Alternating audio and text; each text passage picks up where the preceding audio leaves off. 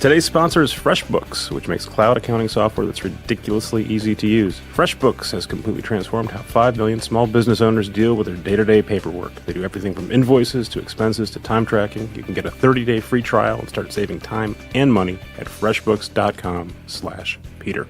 Today's show is also brought to you by VideoBlocks, a stock media company with clips everyone can afford. If you're making a video project, you need to check these guys out. With a VideoBlock subscription, you get a ton of great stock clips, but you don't have to pay any royalties. After you download the clips, you keep them and use them forever. Get your yearly subscription for only $99 at videoblocks.com/Recode. This is Recode Media with Peter Kafka. That's me. It's powered by Digital Media. I'm here with Skip Bayless from Fox Sports 1. Skip, it's 9:30 on Los Angeles time. You've been up since when?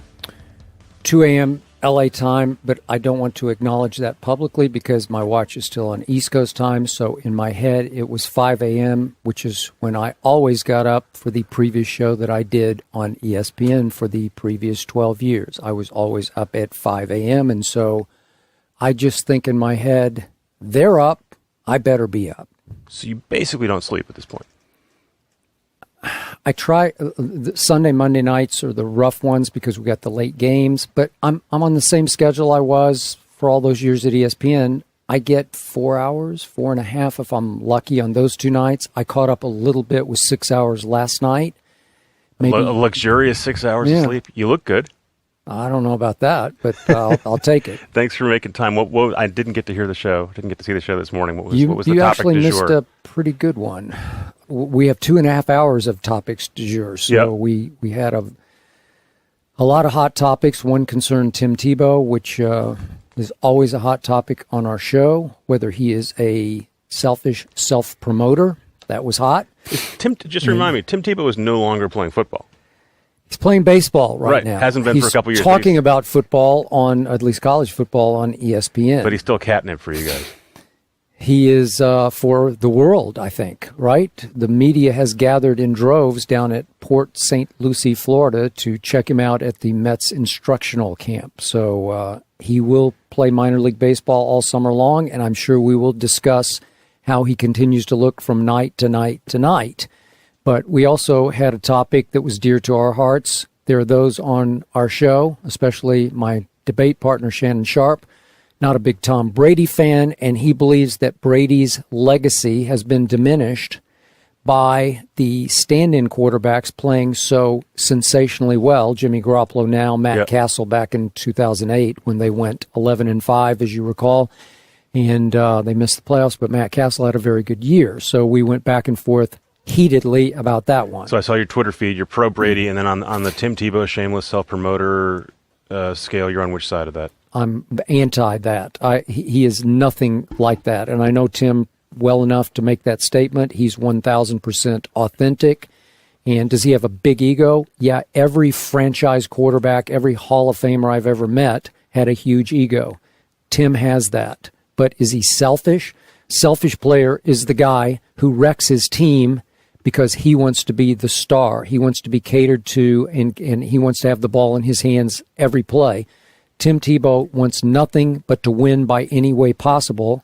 And as I said before his draft that year, if you take him late in the first round and you allow him to run the offense he ran at Florida in college football, he won't make a Pro Bowl, but he can win games in the National Football League. So let's which is exactly what he did. Let's pull back for people who aren't steeped in sports media. You're here in Los Angeles working for Fox instead of ESPN because you came over here recently. It's a big deal in the sports media world.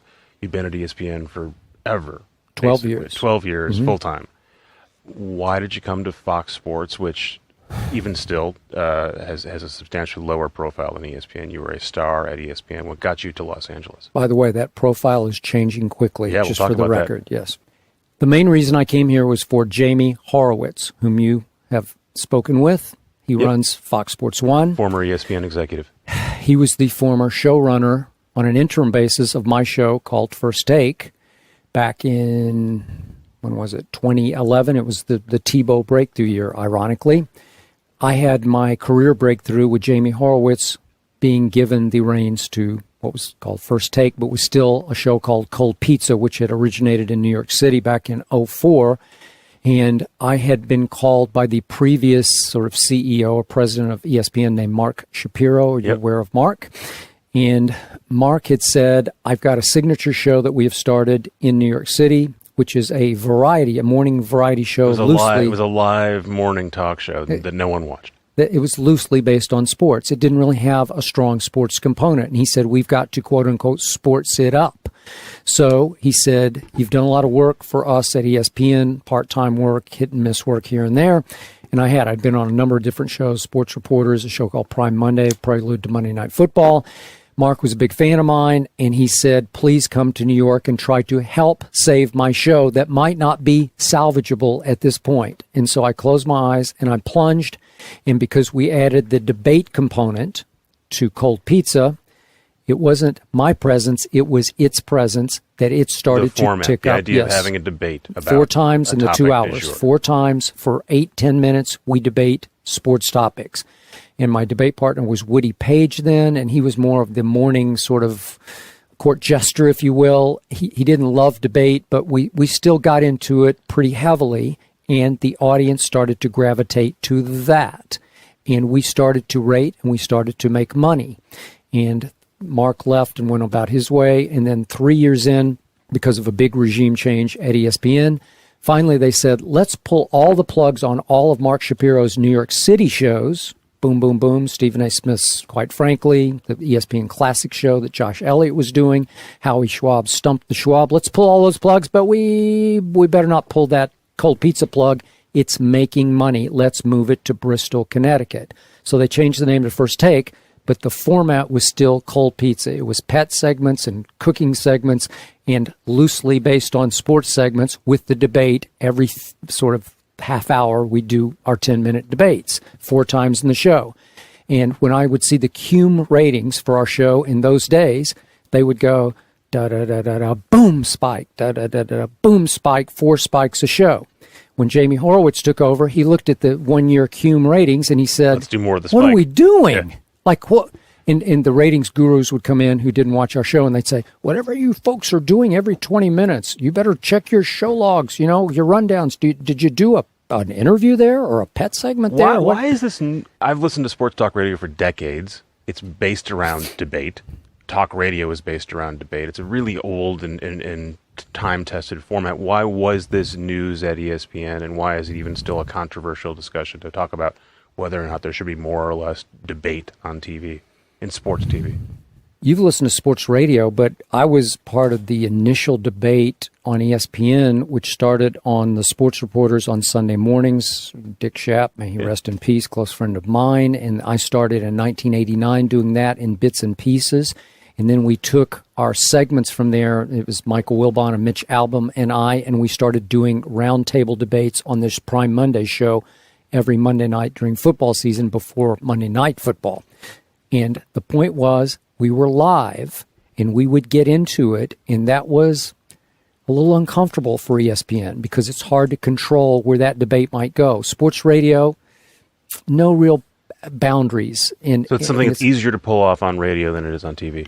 It's more conversational on radio, and the segments are 12 minutes long, and if you're a prisoner in your car driving, which you usually are when you're listening to sports radio, you're probably not going to turn it off because you're thinking about the light changed yellow and you're looking at the scenery and you'll just kind of go in one ear and out the other. And they're just talking back and forth. Sometimes they debate, but it's not specific. It's not. And it can ramble. It rambles. And you're okay with it because you're like just going to stay there with that, right? But on television, it has to be a specific yes or no, up or down question, right or left, pro or con. And you have to deliver a quick thesis statement, and again, it's hard to watch 2 talking heads for very long, so it better be hot, and it better be focused, and it better be compelling.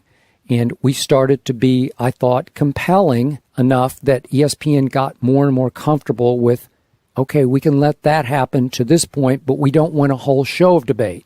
Jamie Horowitz walked in, and in 2 weeks, he had the guts and the vision to say, what are you guys doing? I'm going to blow out Cold Pizza remnants in the show. We are going to go wall to wall, 2 hours of debate. I'm going to build it around Skip because I was the one constant he had left there. And we're going to have a rotation of come one, come all, take on Skip debaters, analysts, ex-players, maybe some journalists. And that's what we did for a whole football season. I can't tell you how many people stopped me in the hallway at ESPN and said, good luck with this, but you guys are going to fall hard on your faces. And Jamie Horowitz is going to take a big career hit here. And he put his career on the line for me and for that format. And within 3 months, we doubled our ratings. Within a year, we tripled. And then as we continued on for 5-6 years, we quadrupled our rating. And we were, I think, the biggest success story at ESPN, given our format. So you become a star. You make a ton of money there. You're at ESPN, which even though it's challenged now, is by far the dominant sports network. It's still really the major sports network. Quick point of order. I did not make a ton of money at ESPN, but go ahead. I bet you were not poorly paid. By what I was giving them, I was poorly paid. I was the most underpaid on-air talent at ESPN for 12 years. That's my opinion. Not in the end, they came around, but that went on for a long time. But go ahead. So Jamie Horowitz leaves ESPN, goes to NBC for a cup of coffee. They kick him out the door. He comes here. He comes to you and says, "Come join my network that has almost no one watching it. I'll pay you a bunch, reportedly $5.5 million. It seems like ESPN would pay you about the same if they wanted to keep you, or I'm sure they did want to keep you. In the end, they went beyond their call of duty. They offered a lot, and they offered Stephen A. Smith and I a segment on Monday Night Football halftime, which would have been huge for us. So they would have given you more promotion, at least the same amount of money on the sports leader. Why go to a network that no one is watching? You just said more promotion. I would disagree with that. I don't think we would have gotten any more promotion. We would have gotten the visibility of the Monday Night Football stage, which would have been significant. Pretty big. But Jamie went out on the limb for me. I was ready to go out on the limb for him at the network, quote unquote, nobody was watching. I also, early in my career, I worked here in Los Angeles for the LA Times, and I loved it here. I felt home here. I had a chance at 26 years of age to be the lead columnist at the Dallas Morning News. And I took it because I wanted to be a columnist. And the sports editor at the LA Times said, you're too young. You need 10 more years of experience before you can have a clue about the perspective required to write a daily sports column. And I said, watch this. And I went to Dallas and we did okay. But the point is that I missed LA as soon as I left it. And I said, if I ever get that opportunity, I'm going to go back. And if you know me and you see my career choices that I made at every fork in the road, I always took the harder fork. And this was the much harder fork. My wife was asking me the same question you're asking me for about a year because I knew this was possible and I still had a year left on my deal. Why would you walk away from the #1 show on the worldwide leader? You have it made. And I said, because of what you just said, I have it made. I don't want to have it made. And she then, when I finally took the job, she bought me a great card, which says on the front, life begins at the end of your comfort zone. My comfort zone is over, and I have gone into a very uncomfortable zone here on our launch. But I am very happy here because I'm reunited not just with Jamie, but he brought all of his lieutenants, the 5 smartest people I've ever worked with in media, newspapers, radio, or television, are all here. So you know what happens when you usually take a job? You go out to dinner with the CEO or the president. Which you did, right? Once, well, barely. I mean, I met Eric Shanks, but Jamie runs FS1. Right. So, but my point is, usually somebody comes to hire you and you say, well, I don't really know these people, but I went to dinner with them twice and they seem like really good people. Really? Can you take that to the bank? Are they going to be really good people a month down the road, 2 months, 6 months? I know Jamie. I've been to battle with Jamie and all of his lieutenants. I saw them under fire. I saw what they would do and what they wouldn't do when the controversy was bearing down on us because we faced a lot of controversial incidents while we were on First Take together. And he stood his ground and he fought for me the way no one's ever fought for me. So I did owe him this, but it was also a thank you God opportunity that I could go back to LA and work at a Fox. And I remind you this, I did work here quite a bit through the early 2000s when it was Fox Sports Net. Stephen A. Smith and I did shows together with Jim Rome. I did the Best Damn Sports Show. I was often a guest host on that frequently. Every time I walked in this building, and it was this building, I felt comfortable here. I never felt comfortable in Bristol, Connecticut. It wasn't really me. I wasn't made for them, even though I did well there. And it's like winning in spite of. I won in spite of at ESPN. When you announced you were coming here, you said, well, now that I'm coming to Fox, I can do things I couldn't do at ESPN. The shackles are off. There's billboards around town with you coming out of a birdcage or holding a birdcage, and it's open. It seems like you're doing the same thing you were doing in Bristol, like the same format, same kind of discussion. What is it that you can do at Fox that you couldn't do at ESPN? We're not owned by Walt Disney. Again, that's Mickey and Goofy, and this is The Simpsons and Family Guy, and it's different here. The boundaries, the out of bounds are the same here, but we can go deeper. So give me an example of something you can push that you couldn't push at Disney. We got into a race topic today, and I went really deep on the incident in Tulsa, Oklahoma. And I would have been very skittish on ESPN, especially over the last couple of years, because we were on probation so often. I was like this the whole time, and it was fine. I loved my time at ESPN. Don't underestimate how much I loved it, because I did. I did not love living in Bristol with my wife working in New York City. That was a hard arrangement to sort of pull off. It's a 2.5-hour commute. Yeah. You got it. If that's on a good day. Yeah. So on the race topic, on ESPN, I would have talked to our ombudsman on our show, Chuck Solituro, who's a close friend of mine. He's a dear friend and a very smart man. But he would take me in the hall after the morning meeting and say, think about this now. Do you really want to go here? Or, think about, and it wasn't that he was telling me, don't say this. He would just say, think about what the out of bounds are here and don't step over them. Because the people who run ESPN, to a fault, pay way too much attention to what I think are insignificant bloggers making irrelevant statements about what happens on ESPN. Nothing. It just doesn't matter to us. We were the worldwide leader. You think they're a more conservative company, lowercase c, than Rupert Murdoch, who's actually politically conservative, but more of a buccaneer. Sure. But it's Walt Disney, and I got reminded of that often, and I embraced it. I said, you know what? You're right. So today on the race topic, the incident in Tulsa, I plunged on it, and I'm talking to two black men, Ray Lewis, Shannon Sharpe, and I said, I need some help here. I don't want to try this case in the court of public opinion, but let's walk through what did Terrence Crutcher do that he shouldn't have done or that he should have done. And we walked through it, and I went to a place that a lot of people would say was pretty controversial. Okay, when he gets to the car, I can't tell if the window is down or up because it's not clear on the video, but they're trying to contend that they were afraid he was going to reach into his car. This is just me, and I don't know much about police work, but I'm okay with the taser at that point. Right. I'm okay with that. That's fine with me. If you listen to the helicopter pilot, they're saying they think she tased him. Okay, that's okay with me because there could be some threat at that point, especially if he's a little out of it. Right. Yeah. But she shot him. What is that about? I have no idea. I'm dumbfounded. And then what really offended me, I'm just a white guy, but I'm just saying what I saw is from a human standpoint.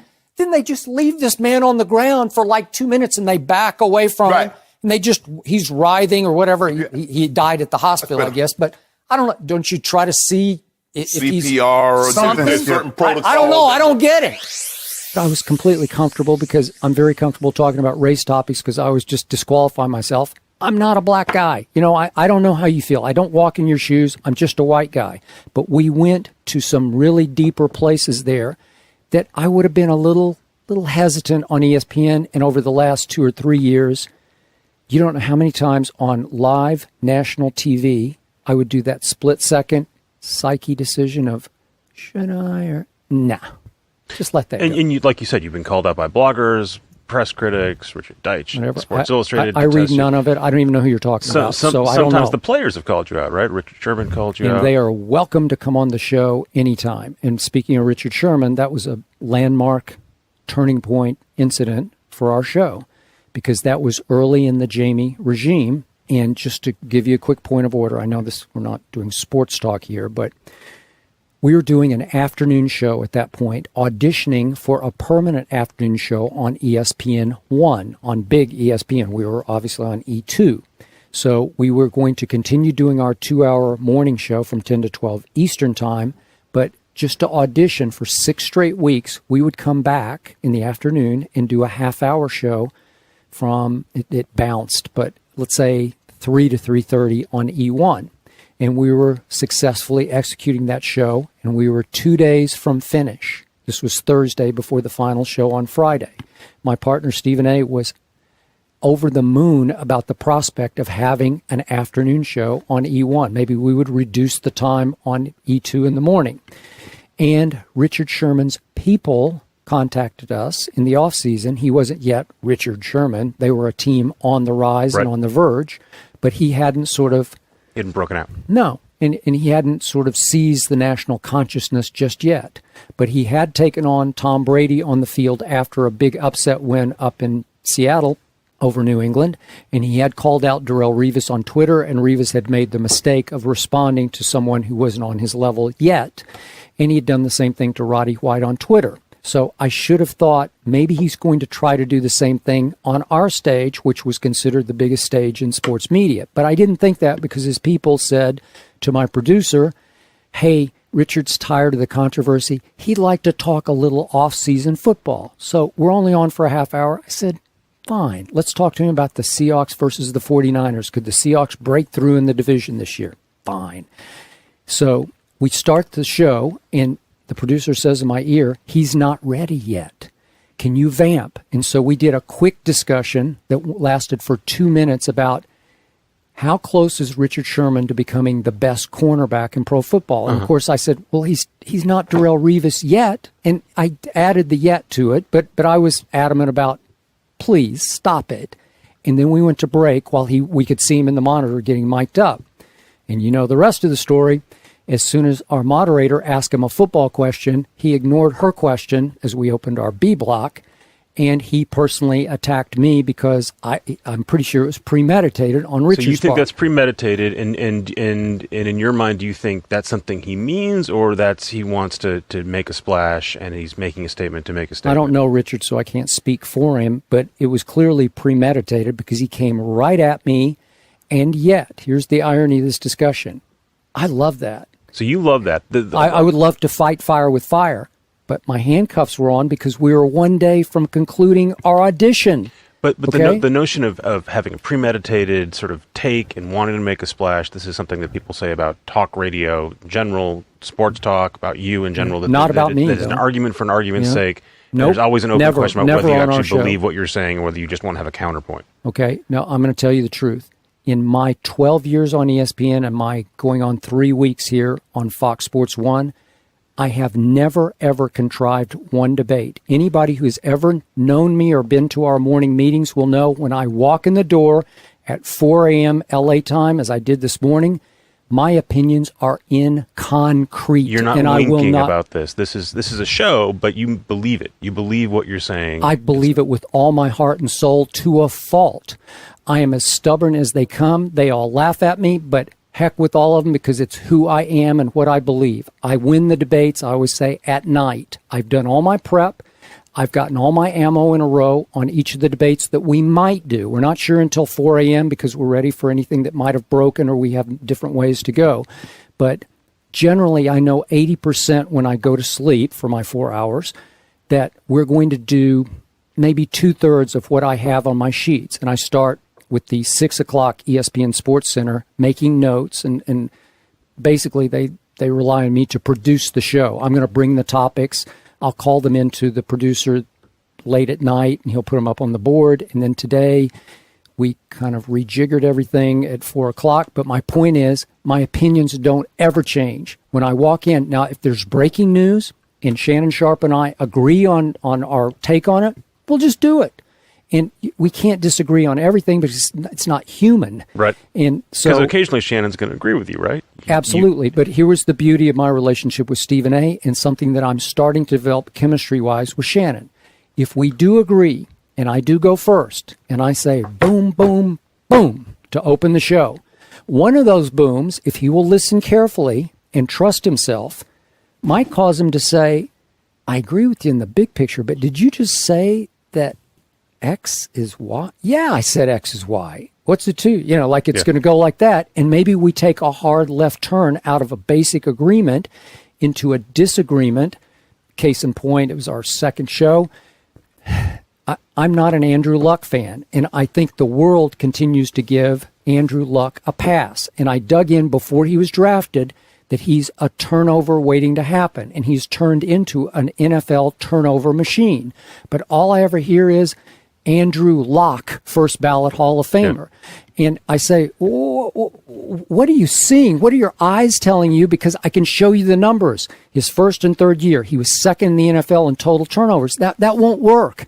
And the other day, his coach finally criticized him because he had 2 late turnovers. So you come out Denver. with that, and the point is Okay. Shannon eventually agrees with you? And he came around, and it shocked me because I thought in the meeting, I thought he was going to disagree. And I came so hard at him to open the topic that he said, you know what? You're right. Now you got dead air. Now you got a problem. Okay, but here's what happened. So we continue to discuss, and I have no idea. I'd have to go back and watch the tape how we got here, but we got back to me saying, I would have stuck with Peyton Manning. If I'm Jim Irsay in Indianapolis, I've got Peyton Manning. Remember, he had his neck issues, and yet his doctors kept telling the Colts front office, he's going to be fine. But the Colts doctor said, we're not going to trust it. We think he's washed up. He'll never rebound from his neck surgery. So they say, we got a chance to draft Andrew Luck, first ballot Hall of Famer. We're going to do that, and we're going to push Peyton Manning out the back door. And what did he do when he went to Denver? And I'm not being a hypocrite. This is in 2020 hindsight. I said then, this is a big mistake to push Peyton Manning out the back door, because he goes to Denver, he should have won 2 straight MVPs, and then he finally wins, as you know, this past Super Bowl. So he would have given Indianapolis a much better chance to win Super Bowls for the next 3 years than Andrew Luck. So when I said that, he's like, what? So now you've got an argument. All of a sudden, and it was 1,000% And are you consciously saying we've got to find something where we can have traction here? Because if he's just nodding, if he's nodding at me for the next 10 minutes, we got a problem with this segment. Okay, but I just keep plunging and pushing, and I do have.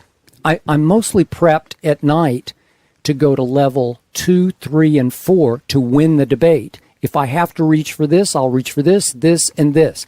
And I'm also prepared, if he goes first, to scrap everything I have on my page, all my notes. I will scrap them if he says something that is ludicrous to me. And then I will trust myself and my recall to go way over there and battle him on that front. This is great. I'm getting education on how to do radio. I'm going to take notes. We're going to go to a TV. Commercial first, and TV as well, but I'm not going to do TV, just audio. We'll be right back in a minute. Today's show is brought to you by FreshBooks, which makes super simple cloud accounting software. FreshBooks is helping more than 5 million small businesses conquer their paperwork in less time with way less stress. It only takes 30 seconds to create and send a polished, professional-looking invoice. And customers who accept online payments with FreshBooks get paid an average of 3 days faster. FreshBooks can even show you whether or not a client has looked at the invoice you've mailed. It's kind of like having superpowers. They track your expenses, your cash flow, and the time you're spending on each project.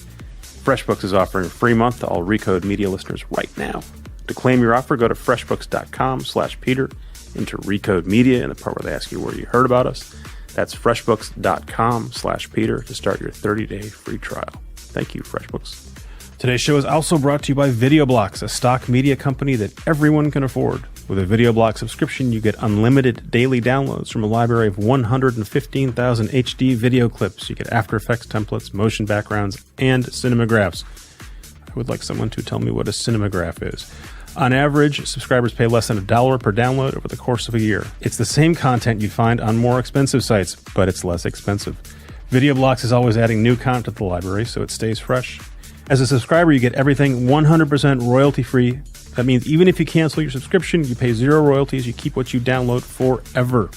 VideoBlocks is offering my listeners a 1-year subscription for $99. That's $50 less than the usual price tag. It's only for my listeners. Get your yearly subscription today for only $99 at videoblocks.com/recode. I'm back here with Skip Bayless of Fox Sports 1. He's drinking Diet Mountain Dew live on air. It's awesome. Breakfast of champions, right? Yeah, you were just explaining how to do, I said, how to do radio. You said, no, we're doing TV. I do think there's a through line between sports talk radio, what you're doing, and the internet. It seems to me that there's a commonality in that a lot of these things that are successful are designed for argument. You said you don't really pay attention to the internet. I don't. You don't read the bloggers. But a lot of what's happening on the internet around sports is a version of what you're doing on air. It's a debate about a topic. It happens very quickly. In a world where there's a million different places to get controversy, to get sports content, and when anyone can create content and weigh in on this stuff through Twitter, or whatever platform they want. How do you figure out, all right, I'm going to break through the noise, because the noise, it only gets noisier every day? I think it's a great question, and I don't have a great answer because I don't pay enough attention to what you're asking me about. That is the question, and I'm actually proud of the fact I don't think about it, because to me, I can only do what I do and what I've been doing for a long, long time. And I can tell you this, when we bring in people, ex-players, occasionally a journalist, maybe a coach, and they say, this is cake. Just put me on there. I'll beat you guys into the dirt here. It's not that easy to do on television. It's a much faster medium where to hold people's attention, you have to bring passion and emotion and back up. You have to be able to reinforce your argument quickly and powerfully and clearly on television in ways that you can get away without doing on radio, to me. And it's such a visual medium that I just spill over with passion. So I don't know how to bottle that. I can't teach it. I can't coach it. I can't create it. It's just who I am. And so I'm going to go in there every day. I am relentless. I wear people out that I debate against. I wore out Stephen A. lot of days, and he'd say, would you just please calm down and back off? Because segment after segment after hour, that's all I pride myself on, is I'm going to bring it as hard as I can bring it. And remember, I am trying to win every debate. There's no tricking them up. There's no contriving them. I just want to win. So I'm competing with Shannon, and he's asking me about, man, how, because I work out hard, because you need to be in really good shape to do this for 2.5 hours. So that's a big component in this, that to stay fresh and to endure. You're talking about physically working out. I'm talking about a journal profile. No, I'm talking about biceps popping. Oh, well, thank you. You're talking mentally. Both, but the physical aids the mental. Yeah. But you need to physically be able to stand up. Like right now, I just finished a show, and not to gross you out, get too graphic, but I got a T-shirt on underneath, and it's soaking wet, and it's soaked down all the way to the top of my underwear. Because it's work. Because I'm so focused. I'm fighting so hard. We had a couple of, I told you, we had this Tom Brady battle to start off with, and we had a Tim Tebow battle, and we had a couple in between that I'm forgetting about, Floyd Mayweather battle. I am fighting for my life, because you can get exposed and humiliated like that. So on let's stipulate TV. that what you're doing is hard, and that not everyone can do it. Very few people can do it, but everyone's trying it, and it gets louder and louder and more cacophonous. Mm-hmm. You're on Twitter. You've got 2 million followers. Mm-hmm. I noticed you're not following anyone. So I always say I'm a leader, not a follower.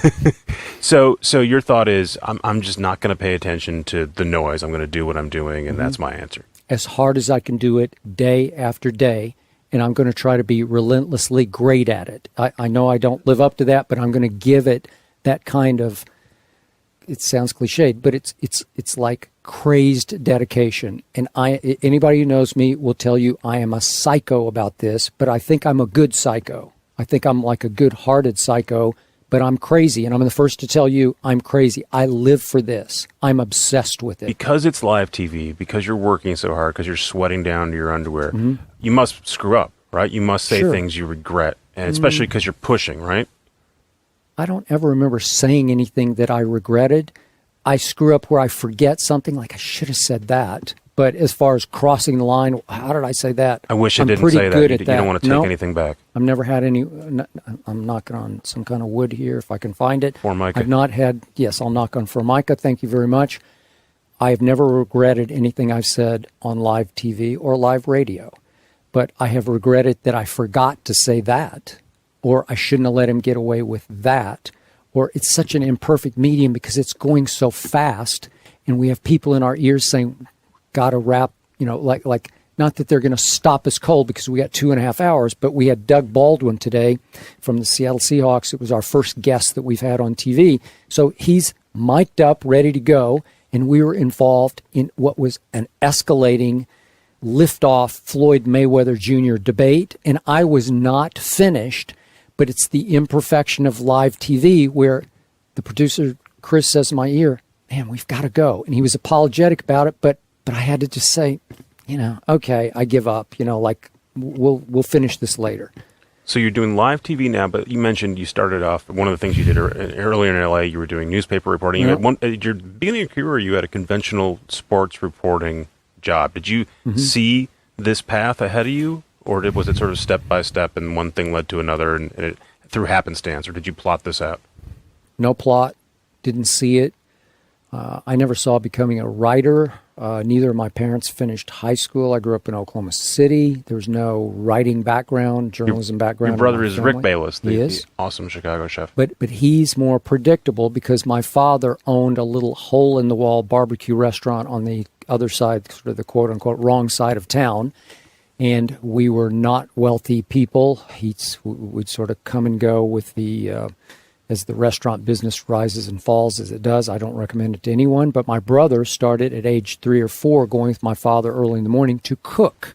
And so he got the cooking bug, and he had the cooking gene. So you could see that path. Yeah, it was predictable, but you couldn't see my path until I always wanted to play sports, and I was pretty good at sports. And then, not to bore you with this, but just to tell you how this got launched, my sophomore year of high school, fatefully, sort of a thank you, God, I take an advanced English course at a public high school, the only course that of the day that was taught by the journalism teacher who had 5 other hours of journalism, but she taught one advanced English course, sophomores. First day of school, she assigns a book report. She said, I want it to be 1 page.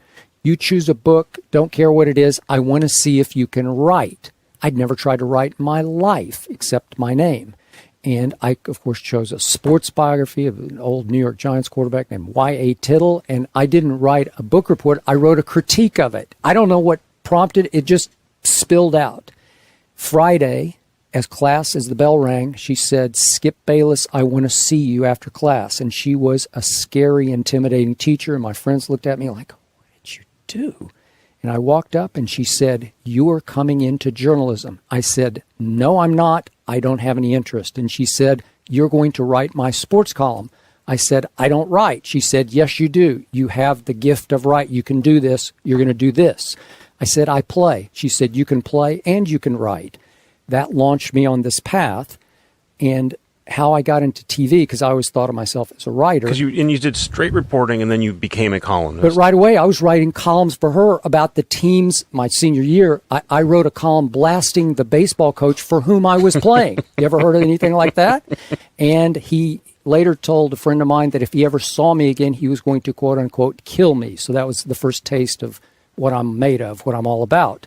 But along the way, along the trail, my mom, who I have no idea what possessed her. She's told me it's because her mom did this. She made me take speech lessons, as in public speaking lessons, from this woman in the back room of her house. And I would have to go every Wednesday and memorize like some silly poem and give it to her like I was giving it. And then we'd have a big recital. You'd have to give it to all the parents. You do an oration or a poem. It was great for me because I'm actually a little shy by nature, but if you put me in front of a microphone or a camera or a big audience, I'll go.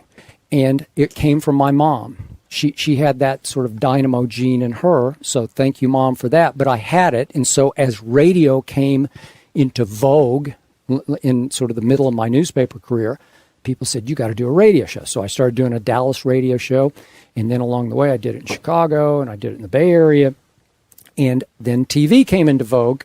For a while early in my career, the newspaper guys laughed at the TV idiots, the boobs, the talking heads. The talking heads and the funny suits. And all of a sudden, I became one of those guys. Because they found out, now there's a tradition, now there's a path where you want to get out of newspapers because that's a dying industry anyway.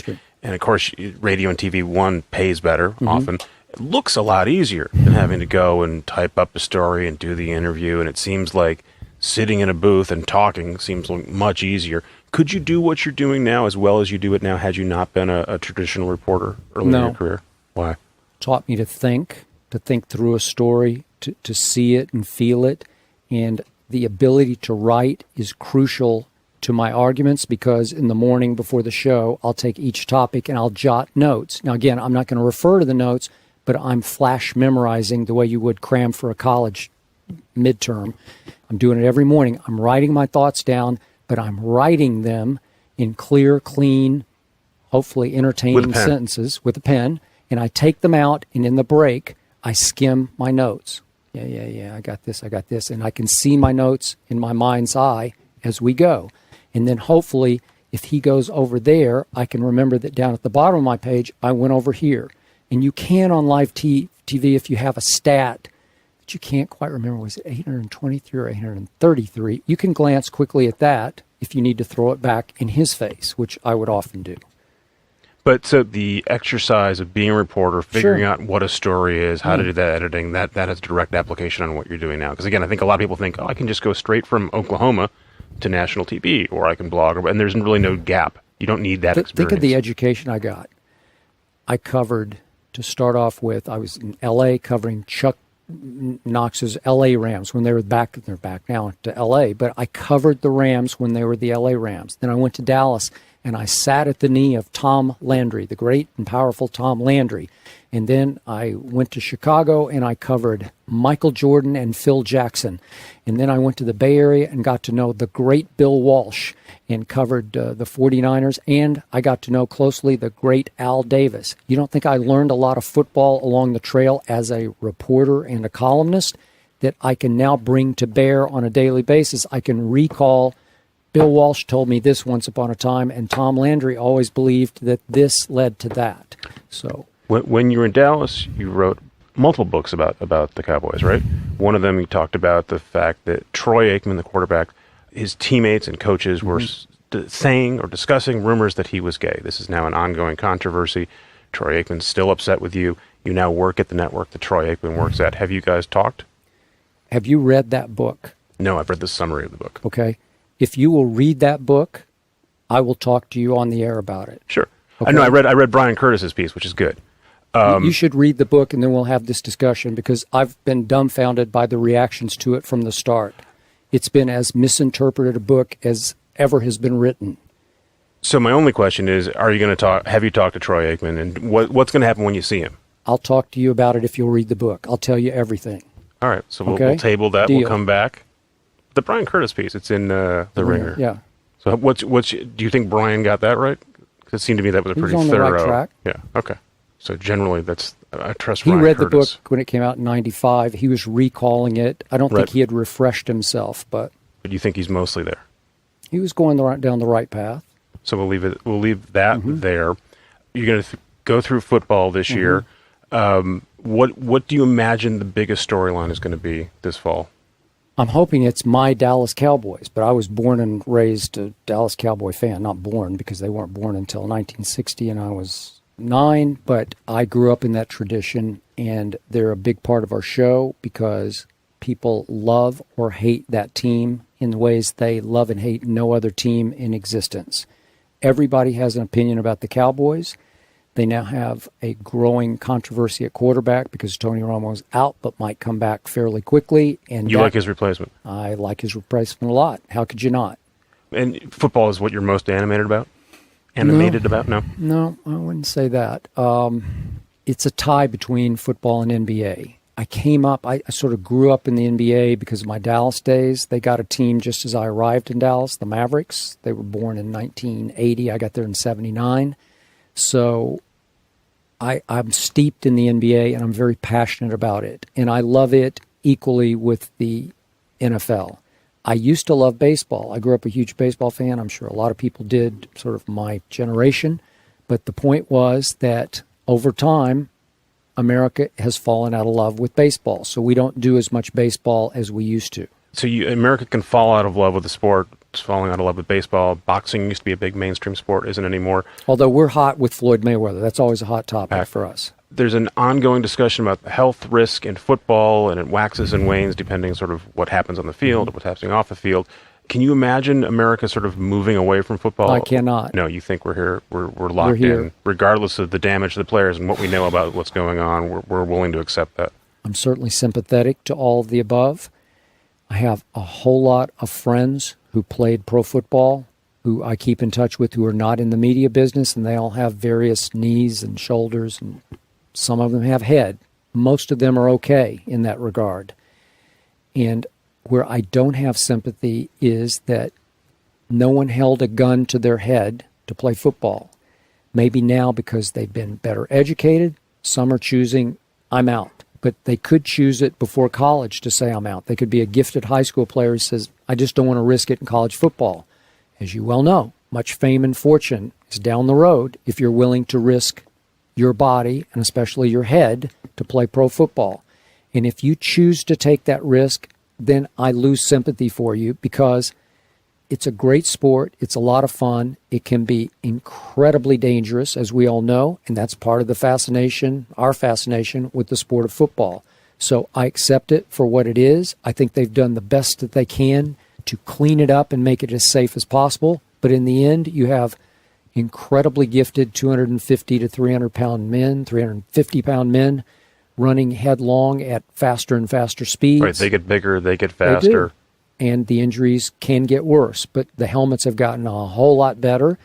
And yet, if you're going to play, it's not if you get hurt, it's going to be when and how badly. There's the issue for the players, and the question is, like, as a sport, as a commercial operation, are advertisers and ultimately viewers going to be comfortable with that? And you think, yes, this is something we want to watch, and we're going to keep watching it. It's like the Yahoo poll that was taken the other day about the Colin Kaepernick fallout and protest.